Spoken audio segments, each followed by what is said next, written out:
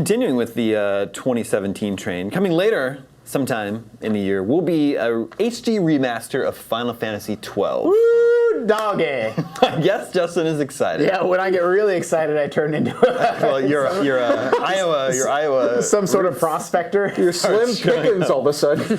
Why so excited? Because Final Fantasy 12 is a great game that I feel like was unfairly. I mean, it got good reviews, but it did get good reviews. I was gonna say unfairly maligned, but it just didn't. People really didn't like the main character, and there was some legitimate complaints about it. They're not going to fix that. That overshadowed everything that game does so well, and it's sort of remembered in this light that I don't think is fair or accurate. It's like such a perfect game to get a remaster because it was never ported or updated. If you wanted to play that game, you had to drag out a PS2 and buy it and play it.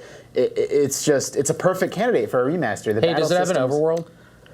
Yeah, sort of. Everything's kind of. I mean, there's not an in out. Like it's more open. It's more open. I always thought of that game as like corridors, and that doesn't. No, it feels more like an MMO. It's not an overworld in the sense where you're like a tiny character that walks around an overworld. The overworld just is the game world.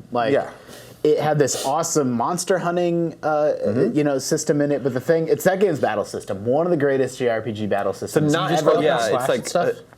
It's unique. Is the battle system unique to a Final Fantasy? Like, yes, absolutely. They never did it again. It was sort of cribbed from the MMO. It's basically an MMO battle system transposed into a single-player game. But what's so smart about it is how you control one character, and the other three characters are AI controlling themselves.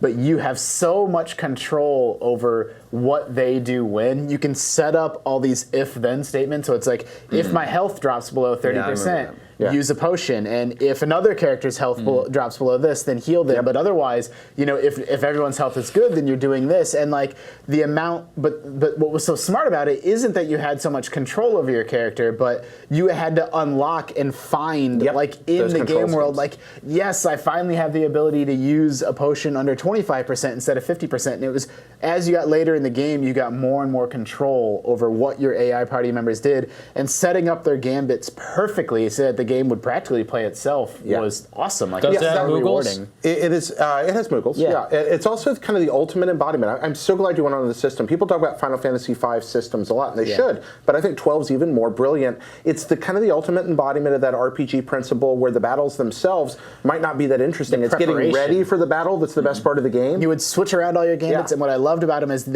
you had a priority order to them. So it's like, do this first, above all. Always do this if, the crap hits the fan. But then if things are going okay, then here's some other options that you have at your disposal. It was just so perfect. Do the Moogles dance? I don't remember if the Moogles dance. It came out at kind of a weird time for Final Fantasy because there was 10 and 10-2, which is probably the height of popularity of Final Fantasy. Those games were so huge. 7, 8, 9. Is there a graduation ceremony with a rat tail? No, that's one of the things. Yes, there are like plucky young heroes, but they're actually like older characters. Hold on. 10 and 10-2, but then Final Fantasy 11 is an MMO, and a lot of fans were like, well, that's not really what I was looking for in Final Fantasy. So then it comes back to a more traditional Final Fantasy game. But people don't talk about 12 a lot. But we named it number 2 on our list of the best Final Fantasy games, and I expected people to really be on our butts about that, but instead I saw mostly comments that are like, yes, finally someone gets it. Yeah. Ivalice is probably the best setting for a Final Fantasy game, in my opinion. Just a great world. Hands down, the best vests in Final Fantasy history. There's some great vests. It's like Vaughn, and I'm not going to defend Vaughn. I don't really like him, but I understand the purpose he serves in the story. Well, but I would argue he's not the main character just because you play as him. Like, you're looking at the game through his lens, but I don't think the story is really about him. And if you were to add up the dialogue, I would imagine that he's not as big a player in the story as people kind of remember him being. That's fair. It's a lot like Suikoden 2, where the people around you are more interesting than you are. Yeah. It's a legitimate criticism. I don't want to... Can you ride a chocobo? Yes, I think so. Does it play the chocobo music? I don't remember. I don't like what you're doing here.